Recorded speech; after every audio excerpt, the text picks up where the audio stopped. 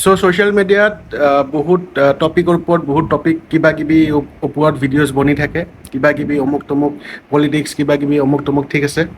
সেইবিলাকৰ পৰা অলপ ছাইড কাটি পিনে মই এটা কথা ক'বৰ কাৰণে সুধিছোঁ আজি, যে বহুত ডাঙৰ এটা মানে সমস্যাৰ মানে সন্মুখীন হ'বলৈ যাই আছোঁ আমি, আৰু সেই সমস্যাটো হৈ গ'ল E85 পেট্ৰল।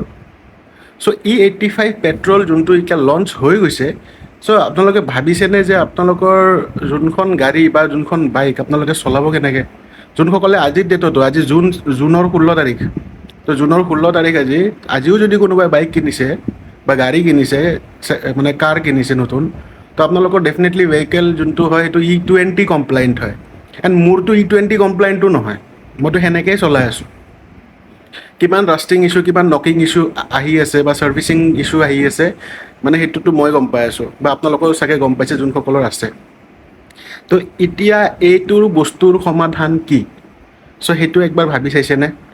সেইটো বহুত ডাঙৰ ইছ্যু কিন্তু, বিকজ ইমান নতুন নতুন গাড়ী বা যোনসকলৰ গাড়ী অলৰেডি আছে, যোনসকলে ভালকৈ মেইনটেইন কৰি আহি আছে, মই মোৰ নিজৰ বাইকখন বহুত ভালকৈ মেইনটেইন কৰি আহি আছিলোঁ, কিন্তু এতিয়াৰ পৰা আপুনি মেইনটেইন কৰিও পিনে কি কৰিব পাৰিব? যদি E85 যদি আপোনালোকে ভৰাব লাগে নিজৰ বাইকত বা গাড়ীত, তেতিয়াহ'লে নিজে ভাবি চাওকচোন যে এইটো কিমান ডাঙৰ এটা মানে ডেঞ্জাৰাছ কথা হ'ব। আপোনাৰ বাইকখনক কিমান টৰ্চাৰ বা আপোনালোকৰ গাড়ীখনক কিমান টৰ্চাৰ দিয়া হ'ব E85 যদি একদম E85 পেট্ৰল যদি মানে থাকে বা বেলেগ একো পেট্ৰল নাথাকে, তেতিয়া কি কৰিম? সেইটো এটা কথা। আই ডোণ্ট থিংক ছ' ডেট কি বুলি কয় বেলেগ পেট্ৰল নাথাকিব, বাট যদি নাথাকে কি কৰিম?